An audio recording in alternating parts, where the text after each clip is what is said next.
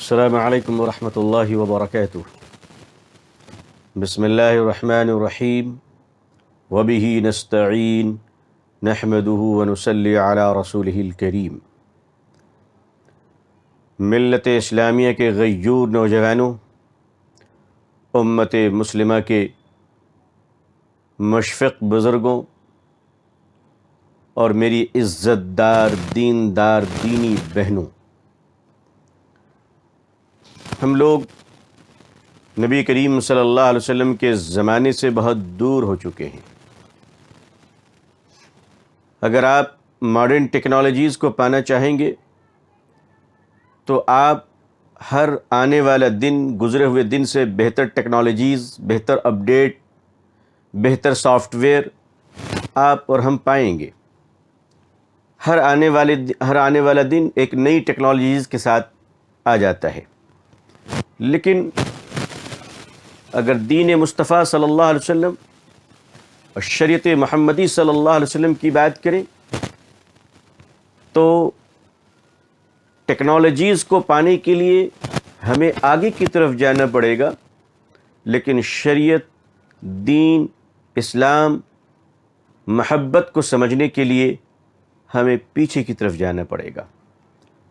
آج تقریباً 1500 سال کا فاصلہ ہو چکا ہے نبی کریم صلی اللہ علیہ وسلم کہ اس دنیا سے پردہ فرمائے ہوئے اس امت کے درمیان۔ تو ہم جتنا پیچھے کی طرف جائیں گے، دور نبوت سے قریب ہوتے چلے جائیں گے، اور دور نبوت سے جتنی دور ہوتے چلے جائیں گے، فتنوں سے اتنے قریب ہوتے چلے جائیں گے۔ لہٰذا میں یہ بات حالات کو دیکھ کر، زمانے کے اور گرد و پیش کے احوال کو دیکھ کر میں یہ بات کہنے کی پوزیشن میں ہوں کہ ہم مکمل فتنے کے دور میں آ چکے ہیں۔ صلاۃ و سلام و نبی کریم صلی اللہ علیہ وسلم پر، جنہوں نے صرف اس فتنے کے دور کے لیے نہیں بلکہ سب سے بڑا فتنہ جب دجال کا آئے گا اس وقت ہمیں کیا تدبیریں اختیار کرنی ہیں، نبی کریم صلی اللہ علیہ وسلم نے اس گتھی کو سلجھایا اور قیامت تک آنے والی الجھنوں کو سلجھا کر امت کے سامنے اپنی شریعت پیش کر دی۔ ایک حصہ اعمال کا ہے، لیکن اس کا تعلق یقین سے ہے۔ آدمی اگر ایمان میں داخل نہ ہو نماز پڑھتا رہے، آدمی اگر ایمان میں داخل نہ ہو روزے رکھتا رہے، تو ظاہر ہے کہ اس کا روزہ رکھنا ایک پریکٹس تو ہو سکتی ہے، نماز پڑھنا ایک پریکٹس تو ہو سکتی ہے، مگر وہ اسلام کا حصہ اور مستحق جزا نہیں ہو سکتا، وہ رزلٹ نہیں پا سکتا، وہ اس کے بینیفٹ کا حصہ دار نہیں ہو سکتا، کیونکہ اس نے اس ایمان کو اختیار نہیں کیا ہے۔ اس لیے عزیزان ملت، ارباب فکر و دانش، اس دنیا میں جس طرح حق ہمارے ساتھ ساتھ ہے، اسی طرح باطل، ابلیس، شیطان اور اس کی شیطانیت بھی ہمارے ساتھ ساتھ ہے۔ اور یاد رکھیے گا کہ ہم شیطان کو ہرا نہیں سکتے۔ اسے اللہ نے جو قوت دی ہے وہ قوت اس لیے نہیں دی کہ ہم اس کو پٹخ کے اس کے سینے پہ چڑھ جائیں۔ قیامت تک شیطان کی شیطانیت بھی زندہ رہے گی۔ تو میں آپ سے عرض کروں کہ قیامت تک آخری نبی رسول اکرم صلی اللہ علیہ وسلم کا دین بھی زندہ رہے گا، آپ کی شریعت بھی زندہ رہے گی۔ آقا صلی اللہ علیہ وسلم کی روحانیت ہمارے ساتھ ہے۔ آپ کی توجہ قبر شریف سے پوری امت پر ہے، آپ کی توجہ۔ لہٰذا یہ جو فتنوں کا دور ہے، بالکل مسلمانوں کی کشتیاں اس سمندر کے مجدھار میں ہے جس کی ہیبت ناکیوں نے چاروں طرف سے مسلمانوں کو گھیر رکھا ہے۔ اور اس وقت مسلمانوں کے لیے جو سب سے بڑی چیلنج ہے وہ یہ نہیں کہ مکان کیسے بنانا ہے، انڈسٹری کیسے بنانی ہے، بڑے مال و دولت کو کیسے جمع کرنا ہے، اپنی اولادوں کو ٹیلنٹڈ کیسے بنانا ہے، انہیں بڑے پیمانے پہ کوالیفائڈ اور دنیا کی اچھی یونیورسٹیز میں کوالیفیکیشن اور ڈپلومہ کرنے کے لیے کیسے بھیجنا ہے، بلکہ نہیں، میں آپ سے سب کہتا ہوں اور واضح طور پر سچ کہتا ہوں، یہ تمام ترقیاں اپنی طرف ہیں، یہ تمام ترقیاں اپنی جگہ پر ہیں، اور ان ترقیوں کو اور ان چیلنجز کو، ان کمپٹیشن کو، ان اسپیشلائزیشن کو، ان تخصص کو ہمیں بالکل پانا ہے۔ یہ ہمارا اچیو ہے، انشاءاللہ ہم اسے حاصل کریں گے۔ لیکن ان سب سے بڑی بات یہ ہے کہ ایمان کو محفوظ رکھ کر کریں گے انشاءاللہ، مسلمان بن کر کریں گے انشاءاللہ۔ انجینئر بنیں گے انشاءاللہ مسلمان بنتے ہوئے انجینئر، ڈاکٹر مسلمان رہتے ہوئے ڈاکٹر. دنیا کے ہر ترقی کی منزل پر چڑھنا ہے مگر ایمان کے ساتھ چڑھنا ہے انشاءاللہ. نو کمپرومائز، ایمان کے ساتھ کوئی سمجھوتا نہیں. ایمان پر خطرہ کیا ہے؟ دیکھیے، ایمان قبول کرنے کے لیے 2 بول کافی ہیں. ایک مسلمان بننے کے لیے 2 بول کافی ہیں. مسلمان بننے کے لیے تمام چیزوں کے اقرار نہیں، اتنا کافی ہے کہ اللہ ایک ہے، نبی کریم صلی اللہ علیہ وسلم اللہ کے آخری رسول ہیں. اب آپ کہیں گے صاحب رسول نہیں، رسول تو ہیں، آخری رسول ہیں. معاملہ یہی گانٹھ اٹک رہی ہے لوگوں کی. ایمان یہیں پر بچے گا اور یہیں پر جائے گا. نبی کریم صلی اللہ علیہ وسلم کے بعد کوئی نبی نہیں، کوئی نبی نہیں. آپ خاتم النبیین ہیں. لہذا اب اس چھوٹے سے جملے پر اور اس چھوٹی سی بات کو لوگوں نے اس بول کو بڑا معمولی سمجھ رکھا اور کہا صاحب رسول اکرم صلی اللہ علیہ وسلم کو تو نبی مانتے ہیں، لیکن اس کے ساتھ ساتھ اگر آپ نے کسی اور کو بھی آپ کے بعد نبی تسلیم کر لیا تو کافر ہو جائے گا. جیسے قادیانی بڑا مشہور ہے، لوگ کہتے ہیں صاحب قادیانی مسلمانوں کا ایک فرقہ ہے. بالکل نہیں، جھوٹ ہے، کوئی مسلمانوں کا فرقہ نہیں ہے. وہ ہاں مسلمانوں جیسی شکل بنا رکھی ہے، داڑھی ٹوپی مسلمانوں جیسی ہے، کیونکہ ظاہر سی بات ہے اس کا اوریجنل مال اتنا بدبودار اور گندا ہے کہ وہ مارکیٹ میں پیش ہی نہیں کر سکتا. لہٰذا ان مکاروں کے لیے ایک ہی راستہ بچا ہے کہ حلیہ وہ ہماری اپنا لے، مال اپنا بیچے، شکل یونیفارم ہماری لے لے، مال اپنا بیچے. نبی کریم صلی اللہ علیہ وسلم نے ارشاد فرمایا، مسلم کی روایت ہے، بخاری شریف کی بھی روایت ہے کہ آقا صلی اللہ علیہ وسلم نے فرمایا کہ میرے بعد 30 جھوٹے مدعین نبوت ہوں گے. یعنی قیامت تک 30 لوگ ایسے ہوں گے جو نبوت کا دعویٰ کریں گے. حافظ ابن حجر عسقلانی رحمۃ اللہ علیہ نے اس کو 30 کہا ہے، یعنی 30 کو ملٹیپلائی کیا انہوں نے.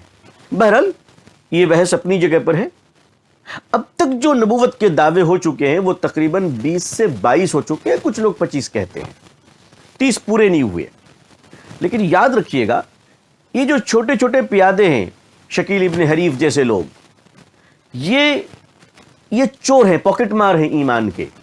اصل جو بڑے ڈاکو ہیں ان میں بڑے بڑے قادیانی، مرزا قادیانی، جس کی دنیا میں بہت سارے ملکوں میں برانچز کھلے ہوئے ہیں، اور اس کے علاوہ اور بھی جو لوگوں نے نبوت کے دعوے کیے، بڑے بڑے نبوت کے دعوے کیے. ان دعووں کے شکار کون لوگ ہوتے ہیں؟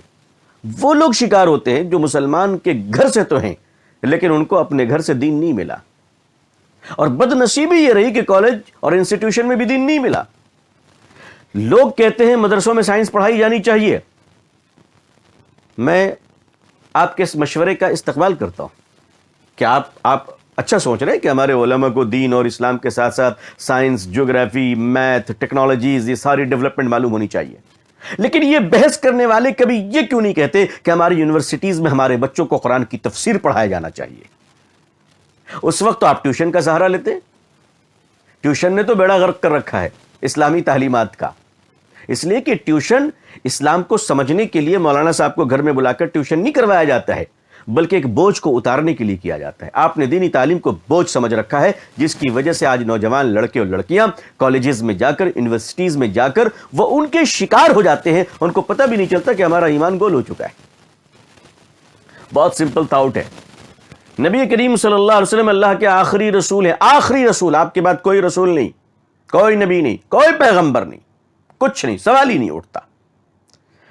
امام اعظم ابو حنیفہ رحمۃ اللہ علیہ کے زمانے میں کسی بدماش لعین شیطان نے نبوت کا دعویٰ کیا جھوٹا. اس زمانے کے مسلمانوں نے اس کا پیچھا کیا، اس کو پکڑا، اور پکڑنے کے بعد اس کی دھلائی کرنے والے تھے کہ اس نے کہا ایک کام کرو، ہمیں 1 دن کا ٹائم دو تاکہ میں اپنے نبوت کے سلسلے میں تمہارے سامنے دلائل، لاجک پیش کروں، لاجک پیش کر سکوں کہ میں نبی ہوں کہ نہیں ہوں. سیدھے سادھے مسلمان بھولے والے، اس میں کوئی عالم دین تو تھا نہیں. ظاہر سی بات ہے نام نہاد اسکالرس تھے، دانشور تھے، نیم حکیم خطرے جان، نیم ملا خطرے ایمان. انہوں نے کہا کہ ٹھیک ہے، کل تک تم اپنا دعویٰ پیش کرو، ہم 1 دن کی مہلت تمہیں دیتے ہیں. بظاہر یہ بات بری نہیں لگتی، مجرموں کو تھوڑا وقت دینا چاہیے، بظاہر تو ایسا ہی لگتا ہے. لیکن جب امام اعظم ابو حنیفہ رحمۃ اللہ علیہ کو یہ بات معلوم ہوئی تو آپ نے فرمایا اس جھوٹے نبی کا تو بیڑا غرق ہوا، وہ تو گیا ہی جہاں جانا تھا۔ جتنے لوگوں نے اس کی بات کو مانتے ہوئے اسے ایک دن کی مہلت دی ہے وہ سب دوبارہ کلمہ پڑھے، اس لیے کہ حضور صلی اللہ علیہ وسلم اللہ کے آخری نبی ہیں، اس کے بعد کسی دلیل کا ہم انتظار کر ہی نہیں سکتے۔ ہم بغیر دلیل کے مانتے ہیں کہ حضور کے بعد کوئی نبی نہیں، سارے جھوٹے جتنے دعوے دار ہیں وہ جھوٹے ہیں، مکار ہیں، ابلیس ہے، لعین ہے، شیطان ہے۔ اس لیے ایک بات ذہن میں رکھیے گا کہ نبی کریم صلی اللہ علیہ وسلم کے خاتم النبیین ہونے پر اپنے بال بچوں کی گھٹیوں میں ڈال دیجئے۔ اعمال کمزور رہا اور ایمان مضبوط رہا تو انشاءاللہ بیڑا پار ہو جائے گا، اور اعمال بہت اچھے رہے، تہجد پہ تہجد، اور اندر کا ایمان سڑا ہوا ہے تو معاف کیجیے گا، دنیا میں تو اس لیے دھلائی ہوگی کہ مسلمان لگتے تھے، قبر میں اس لیے دھلائی ہوگی کہ مسلمان ہے ہی نہیں ہے، تو نہ یہاں بچے نہ وہاں بچے۔ دوسری بات، بچپن میں ایک چیز مجھے پڑھائی گئی، میری والدہ نے مجھے ایک سبق دیا تھا، وہ میں اکثر جگہوں پہ کہا کرتا ہوں کہ بیٹا بس 2 چیز یاد رکھنا، اور میں نے وہ 2 چیزیں الحمدللہ یاد رکھی ہیں۔ وہ یہ، با ادب با نصیب، بے ادب بد نصیب۔ اپنے بڑوں کا ادب کرنا سیکھیے۔ نبی کریم صلی اللہ علیہ وسلم کے ناموس رسالت، ختم نبوت، آپ کے دین، آپ کی شریعت کا سب سے بڑا محافظ اور سب سے زیادہ اس امانت کو امت تک منتقل کرنے والی جو جماعت ہے، جو گروہ ہے، وہ کون ہے؟ وہ صحابہ کرام رضی اللہ تعالیٰ عنہم اجمعین کی جماعت ہے۔ جی یاد رکھیے گا، حضور صلی اللہ علیہ وسلم اللہ کے آخری رسول ہیں، اس دعوے پر قائم رہے کون؟ صحابہ کی جماعت۔ حضور صلی اللہ علیہ وسلم کی ایک ایک سنت، بڑی سے لے کر چھوٹی تک، مسواک تک کی سنت کو جنگ کے میدان میں اگر کسی نے زندہ رکھا ہے تو وہ کون؟ صحابہ کی جماعت۔ فرض نمازوں کے ساتھ نوافل، سنن، تہجد، تمام ذکر و اذکار و وظیفے، درود و سلام کو اگر کسی نے زندہ رکھا ہے، امت تک اگر کسی نے امانت داری اور ایمانداری کے ساتھ منتقل کیا ہے تو وہ صحابہ کی جماعت ہے۔ لہذا مسلمانوں یاد رکھنا، نبی کریم صلی اللہ علیہ وسلم نے صحابہ کی محبت کو اپنی محبت قرار دیا ہے، صحابہ کے بغض کو آپ نے اپنی طرف فرمایا کہ اس نے مجھ سے بغض رکھا۔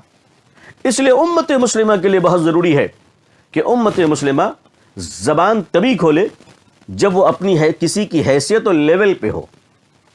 اپنوں سے بڑے پر جس کے اہل نہیں، زبان نہیں کھولنی چاہیے، کیونکہ وہاں پر کیا ہوتا ہے، سامنے والے کا تو کچھ نہیں بگڑتا ہے، لیکن اپنا جو بچا کھوچا ہے سب سیز ہو جاتا ہے، سب سیز ہو جاتی، پتہ بھی نہیں چلتا کہ ہماری تھیلی خالی ہو چکی ہے۔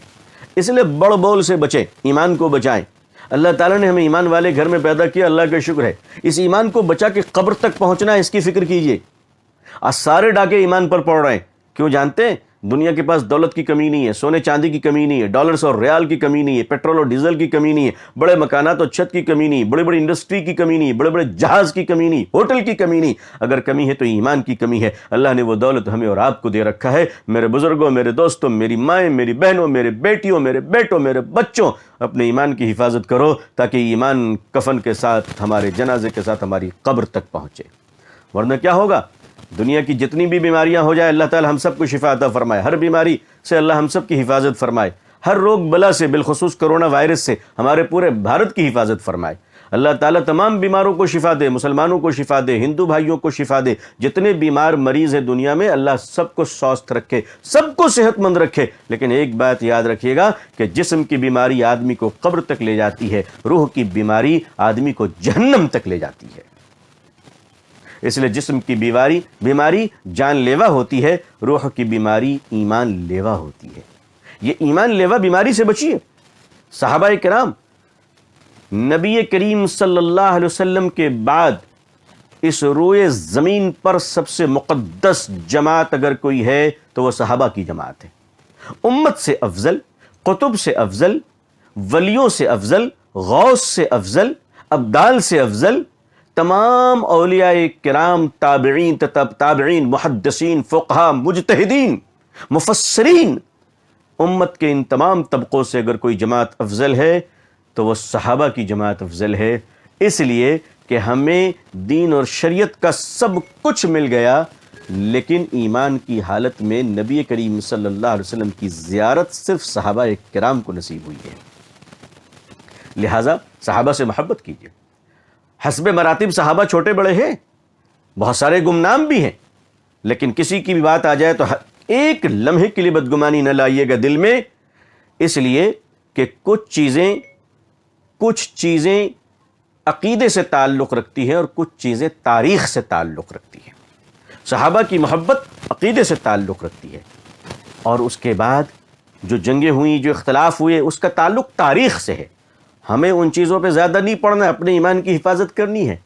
صحابہ سے محبت کریں اور نبی کریم صلی اللہ علیہ وسلم کو اللہ کا آخری رسول ہر حال میں تسلیم کریں، ہر حال میں، کوئی دلیل ولیل کچھ نہیں ہے۔